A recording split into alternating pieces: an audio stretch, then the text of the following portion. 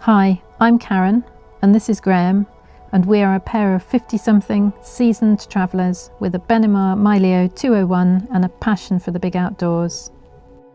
We have road tripped across from Wiltshire to eastern Germany to the Saxony Switzerland National Park to experience this remarkable landscape. We hope you will enjoy experiencing it with us.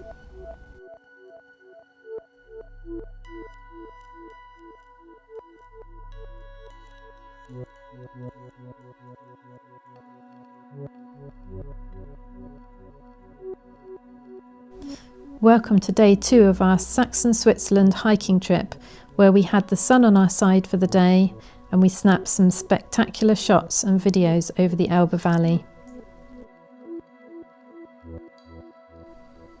This map gives you an overview of the national park, and marked in black are the most popular locations in the area, some of which we had time to experience, but others we will have to see on a return visit.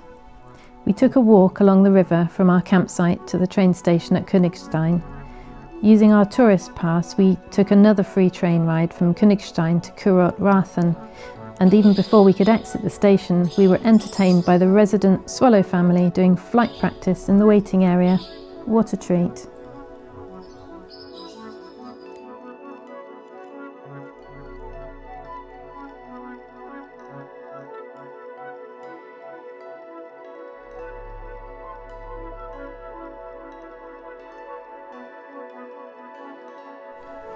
We then headed down to the river, where a river taxi took us across to Niederrathen, where the walking trails begin. We should point out that this river taxi was not included in the tourist pass, however it only cost a couple of euros each way. Here there was a huge array of eateries and drinkeries, all suitably traditional and proud to be German.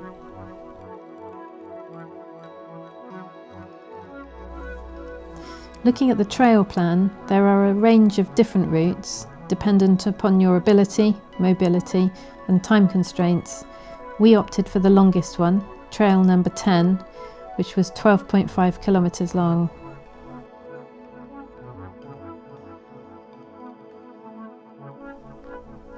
This trail took us through a range of different landscapes, beginning at the bottom of a valley, alongside water, up stone steps reminiscent of the previous day on Pfaffenstein, then climbing up the sides of a steep valley, heavily shaded by oak and beech woodland. The path then widened and opened up, allowing the sun to reach our skin and warm us back up.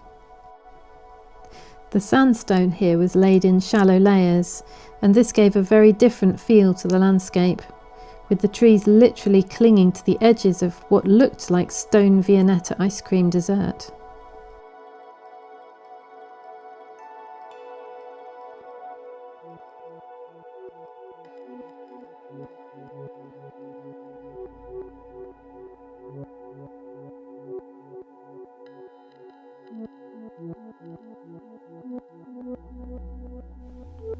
The paths were clearly marked via signposting, and you could swap from one to another.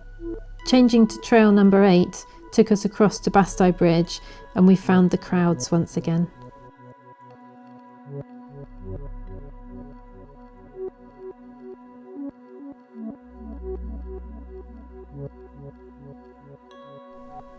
The views were incredible, and the skies were much bluer than the day before.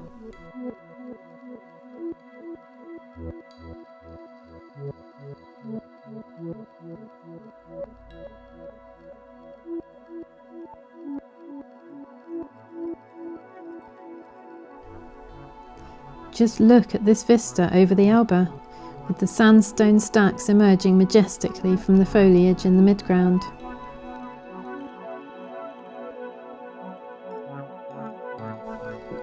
My fear of heights was put to the test up here, on the solid but flexible cantilevered viewing deck.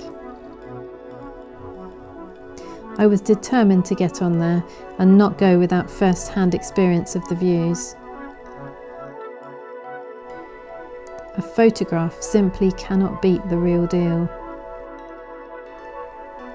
To get a good view of the bridge, there were a few viewing platforms to choose from. but there were also the obligatory queues to reach them.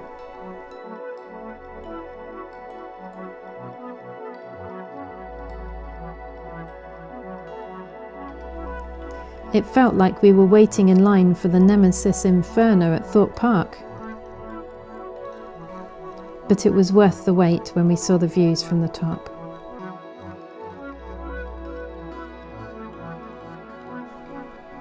We were well aware of how much of a tourist honeypot this area is, and had also chosen a fair weather day, so we were prepared for the crowds. However, we didn't want to miss out on the experience.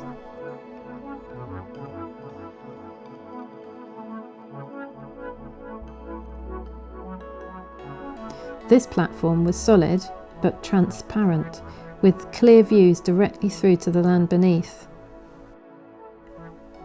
A long way down.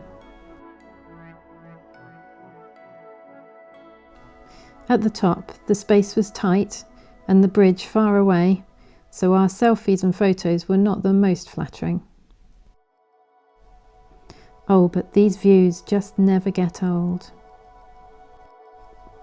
We also walked over and onto the bridge itself, which is quite a feat of engineering. The Bastei Rocks once held the medieval Neurathen castle, Felsenberg Neurathen, a rock fortress dating back to the Middle Ages. This was built using the strength of the natural rock formations to support it. By the late 18th century, artists were being inspired by the landscape, referring to it as Saxony Switzerland, and this led to the area developing a tourist trade. In 1824, a wooden bridge was built to connect the rock towers, making the castle ruins and viewpoints accessible to tourists who'd been inspired by German Romanticism and artists such as Caspar David Friedrich. Then in 1851, the bridge we see today, built of red sandstone and featuring 7 arches, replaced the wooden structure, further enhancing the romantic appeal.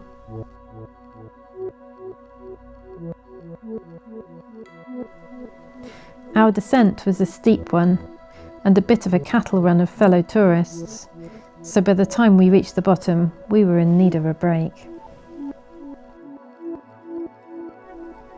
Once down in Niederrathen again, we stopped at a welcoming hotel perched beside the River Elbe for well-earned refreshments. Back on the ferry, then to the train. A delightful day, both as memorable as and different to the one before. Already we are excitedly anticipating our next adventure in Sebnitz.